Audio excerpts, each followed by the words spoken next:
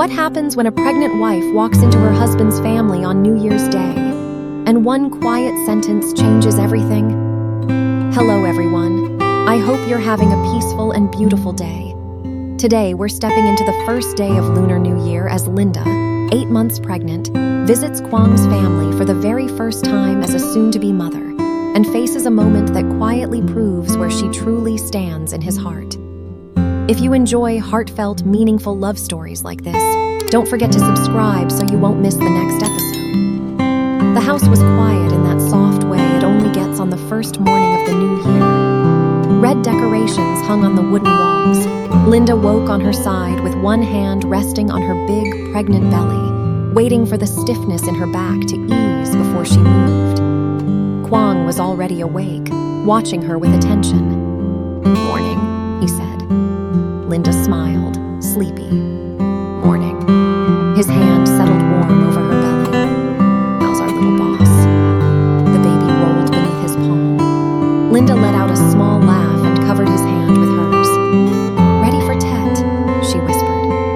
Quang kissed her forehead, then the top of her belly. "Today you don't do anything," he murmured. "You show up, you sit next to me, you rest. If you're tired, we leave."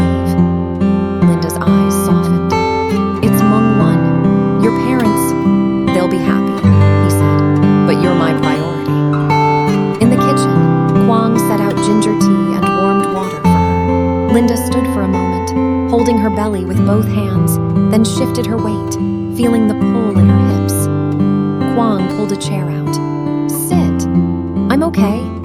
He lifted his eyebrows. Linda sighed, smiling, and lowered herself into the chair. The first sip warmed her chest. Quang brought out the ao dai he'd chosen, simple, soft, cut to fall comfortably over her belly. When she stood to change, he stayed close, offering his hand for balance, fastening what she couldn't reach, smoothing the fabric gently.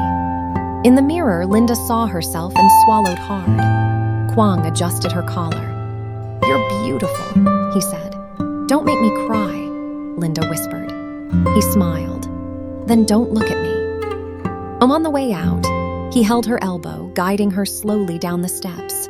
In the car, he adjusted the seatbelt so it didn't press, then placed a small cushion behind her back. Linda glanced at the neatly wrapped gifts. "You planned everything," she said. "It's our first Mung One is 3, Quang replied quietly. "Even if the third one is still inside you." Linda looked down at her belly. "He's coming with us." Quang's hand found hers as he drove. "I've got you." When they arrived at his parents' house, the gate was open. Quang came around to help Linda out. She stepped carefully, feeling the baby shift. "You okay?" he asked. "Yes," Linda said. "Just aware of everything." He squeezed her hand once. "Good, stay close." Inside, voices rose with greetings. Quang's mother appeared quickly, her face brightening when she saw Linda. She came straight to her, hand landing lightly on Linda's forearm, eyes dropping to the belly with a fond, amazed smile. "Big already," she breathed. "Shoes off, come sit, don't stand." Linda laughed nervously. "Yes, Mom." Quang's father stepped in, composed and warm. "Happy New Year," he said. "Happy New Year, Dad," Linda replied, bowing her head slightly. Family gathered around in layers, an aunt who spoke loudly, a cousin holding a toddler, an older uncle who nodded like he approved. The attention wasn't cruel, but it was real. Linda felt her shoulders try to tighten. Quang stayed close. He helped her sit, tucked a pillow behind her back, and sat beside her, present without hovering. His knee touched hers, an anchor. The toddler pointed at Linda's belly. "Baby?" "Yes," Linda said softly. "Baby." The child leaned forward, serious, as if listening. Linda's nervousness eased a little.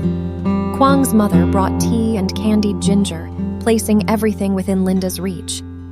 "Eat a little," she said. "Your stomach needs it." Linda nodded. "Thank you." Conversation moved around her. New Year wishes, teasing Quang about becoming a father, someone saying Linda looked radiant. Quang answered calmly, his voice softer than it used to be. Then an Aunt Linda didn't know well settled across from them, smile polite but eyes sharp. She glanced at Linda's belly and tilted her head. "Bao to vai ma vanji choi?" she asked. "Shouldn't you stay home and rest?" The room quieted just a fraction. Linda's fingers tightened around her cup. She started to speak, already shaping a polite answer. Quang spoke first, calm and steady. "She rests," he said, "and she lives. She isn't fragile. She's carrying our family." His hand moved to Linda's knee, grounding her. No anger, just certainty. The aunt blinked, then gave a small laugh. "I'm just worried." "We're careful," Quang replied, and the air loosened again. Linda looked at him, warmth blooming behind her ribs. Being protected like that, quietly, respectfully, made her feel seen. Quang's father reached into his pocket and offered a red envelope to Linda with both hands. "For you," he said. Linda accepted it with both hands. "Thank you, Dad." His eyes softened. "Keep healthy. Don't push yourself. We're waiting for him." Linda's throat tightened. "We're waiting too." A little later, Linda stood to greet another relative and a wave of heat rose through her chest. Her head turned light. She paused, one hand going instinctively to her belly. Quang noticed instantly. "Hey," he said softly. "Sit." "I'm okay," Linda whispered, but her voice didn't sound convincing. Quang guided her to a chair and crouched to meet her eyes. "Breathe with me," he said. "Slow." Quang's mother appeared with ginger water and pressed the cup into Linda's hands. "Drink," she said, firm with love. Linda took small sips. The dizziness eased, leaving embarrassment behind. Quang's hand stayed steady on her back. "No shame," he murmured. "Your body is doing a lot." Linda blinked hard. "I didn't want to worry them. They love you," he said. "Let them." When Linda's color returned, the toddler came back again, determined, and pressed his ear gently against her belly. Linda was about to laugh when the baby kicked, strong enough that the child jumped back, eyes wide. "Whoa!" the toddler shouted. Laughter burst through the living room, easy. Linda laughed too, both hands covering her belly, feeling the miracle like a pulse beneath her palms. Quang looked at her like the whole world had narrowed down to this. By midday, Linda's energy was fading. Quang leaned close. "Ready to go home?" Linda glanced at his mother, unsure. Quang's mother answered with a nod before Linda could speak. "Go rest," she said. "I'll pack food." At the door, Quang's father placed a hand on Quang's shoulder. "Take care of her," he said. Quang nodded. "Always." On the drive home, Linda rested her head back, watching decorations blur past. Quang kept one hand on the wheel and the other resting lightly over her fingers.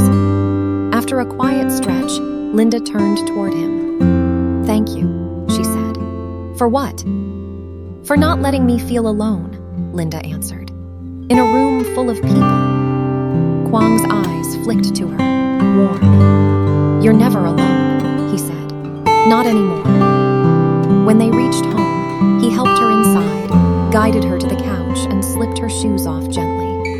Linda exhaled, tired. She took Quang's hand and placed it on her belly. The baby shifted, calmer now. Quang sat beside her, fingers intertwined with hers, and the afternoon settled around them, quiet, safe, and full of the kind of love that didn't need to prove itself. The evening came slowly, without ceremony. After sitting outside for a while, they went back in when the air grew cooler. Linda moved carefully, one hand bracing her lower back. Quang stayed close but didn't hover, letting her set the pace. In the kitchen, he reheated the rest of the soup his mother had packed and sliced a few pieces of fruit onto a small plate. Linda leaned against the counter, watching him. "You don't have to keep feeding me," she said lightly. "I know," he replied. "I just like seeing you eat." She smiled at that and reached for a slice of orange. The juice ran down her fingers, and she laughed softly when he grabbed a towel before she could wipe it on her dress. "Careful," he murmured. "That's the only one that still fits." Linda rolled her eyes. "Don't remind me." He set the bowl down at the small dining table. They didn't turn on the television. The house felt calmer without noise. The red decorations on the wall looked brighter against the dimmer evening light. They ate slowly. Between bites, Linda rested both hands under her belly, lifting it slightly as if to ease the weight. "Is it heavy?" Quang asked. "Always," she answered, "but in a good way." He watched her for a moment. "I wish I could carry him for a day." She looked at him with amusement. "You'd complain in an hour." "Probably," he admitted, "but I'd still try." After dinner, Quang washed the dishes while Linda sat at the table, elbows resting carefully, chin in her hands. She studied him in silence. "You're thinking again," he said without turning around. "How do you know?" "You get quiet." She traced the rim of her cup with her finger. "I was just remembering when we first moved in here." He dried his hands and leaned against the counter. "When we didn't even have a couch. And you insisted on building one yourself," she said. "It tilted to the left." "It had character," he protested. "It nearly collapsed," she corrected gently. He laughed, shaking his head. "We've improved." Linda nodded. "We have." There was a comfortable pause. Outside, someone nearby started singing karaoke, slightly off-key but enthusiastic. The sound floated faintly through the window. Quang walked over and crouched beside Linda's chair. He pressed his ear against her belly without warning. "What are you doing?" she asked, startled. "Listening," he said. "He's quieter now." "He's probably tired too." Quang stayed there a moment longer. Then he shifted and rested his cheek lightly against her stomach. The gesture was simple, almost shy.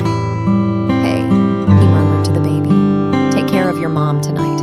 Let her sleep." Linda ran her fingers through his hair. "You talk to him like he understands." "He will," Quang replied. She reached down and lifted his face gently. "Come sit with me." They moved to the couch together. Quang sat first and helped her lower herself carefully beside him. She leaned back and he adjusted the cushion under her hip until she nodded in approval. "I feel bigger every day," she said quietly. "You are bigger every day," he answered. "That's the point." She looked down at herself, then at him. "Are you still attracted to me?" He frowned slightly. "Why wouldn't I be?" Linda hesitated. "I don't look like I used to." Quang didn't laugh. He didn't brush it off. He took her hand and placed it on his chest. "You look like the woman carrying my child," he said. "That's not less, that's more." Her eyes searched his face, checking for teasing. There was none. "I just don't always recognize myself," she admitted. He leaned in and kissed her forehead slowly. "I recognize you." Linda closed her eyes at that, letting the words settle somewhere deep. The karaoke next door grew louder, then stopped abruptly. The neighborhood quieted again. Quang reached for the remote and turned on a small lamp instead of the overhead light. The room felt softer. "Do you regret anything?" Linda asked suddenly. He looked at her. "About what?" "About us," she said. "About how fast everything changed." He leaned back, considering. "It didn't feel fast to me," he said after a moment. "It felt right." She studied his expression. "Even the hard parts?" "Especially the hard parts," he replied. "They made it real." Linda shifted closer, resting her head against his shoulder. His arm wrapped around her, hand resting lightly over her belly again. "I used to think love had to be dramatic," she said. "Big gestures, big words. And now? Now I think it's this," she said. "You holding my shoes, you defending me without raising your voice." Quang smiled faintly. "That's not very dramatic." "It's enough," she answered. They sat like that for a while, listening to each other breathe. The baby moved once more, a slow stretch that made Linda inhale sharply. "Too strong." He's just reminding us he's here. Quang's hand spread wider over her belly. We know. After a while, Linda shifted uncomfortably. Can you help me stand? He rose first and offered both hands, steadying her as she pushed herself up. The effort showed on her face, but she didn't complain. Bed? He asked. Bed, she agreed. He walked with her slowly down the short hallway. In the bedroom, he pulled back the blankets and waited while she sat on the edge, catching her breath. Shoes, he said gently. I'm not wearing any. He laughed under his breath. Right. He knelt anyway and began rubbing her calves lightly, easing the tension from standing all day. Linda sighed, the sound low and grateful. You don't have to kneel, she murmured. I know, he said again. When he finally stood, he helped her lie back. She turned onto her side carefully, adjusting the pillow between her knees. Quang climbed in behind her and draped his arm over her waist, palm resting against the curve of her stomach. The house was quiet now. No fireworks, no voices, just the faint hum of the refrigerator down the hall. Happy New Year, Linda whispered. Quang pressed his lips lightly against her shoulder. Happy New Year. She reached back and found his hand, intertwining her fingers with his. The baby shifted once more beneath their joined palms, then grew still. Linda's breathing slowed gradually. Quang stayed awake a little longer, feeling the steady rise and fall of her body against his. In the darkness, nothing felt urgent. Nothing felt unfinished. The first day of the year closed around them gently, and they lay there together, warm and close, listening to the quiet future forming between them. Inside, everything feels held. Two people and a third they can't see yet, already making the room feel fuller. Linda và Linda theo bà và cậu cháu ra nương mía. Dưới nắng sớm, bà vừa chặt mía vừa kể chuyện ngày xưa. Dậy chặt 3 hoặc 4 khúc cho đẹp để bán được giá. Đồng mía cao dần, 45 đồng trở thành hy vọng cho phiên chợ. Một cây mía đổ bất ngờ khiến cả nhóm kêu, rồi cười xòa vì kịp đỡ nhau. Chiều xuống, Linda buồn bã vì con rúi của mình đã biến mất. Nghi có kẻ trộm rình quanh nhà. CEO Quang ghé đến lắng nghe và trấn an và tự sửa chiếc camera cũ trong kho, kéo dây lắp trước sân nhà để bảo vệ cô. Đêm đến, Linda nấu cơm nếp cẩm mời anh ở lại ăn. Hai người trò chuyện lòng ấm lại. Quang kể áp lực công ty, camera nháy sáng, bóng lạ thoáng qua, và không biết Linda có sống sót qua được đêm nay không. Mọi người nếu thấy video hay, hãy cho mình một like, một subscribe. Cảm ơn mọi người nhé.